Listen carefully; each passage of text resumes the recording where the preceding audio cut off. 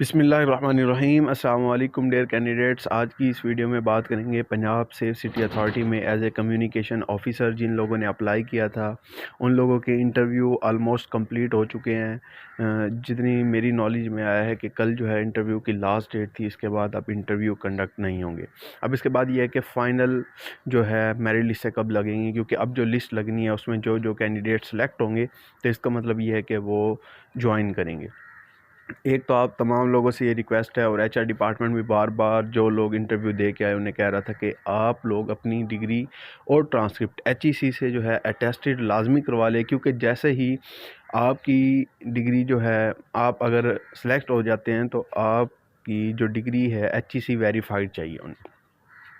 Second चीज़ आ गई है कि इसी यानी दिसंबर के लास्ट वीक में होप सो आपकी जो है फ़ाइनल लिस्टें लग जाएंगी और जनवरी में इंशाल्लाह जो है आप लोगों की ज्वाइनिंग हो जाएगी।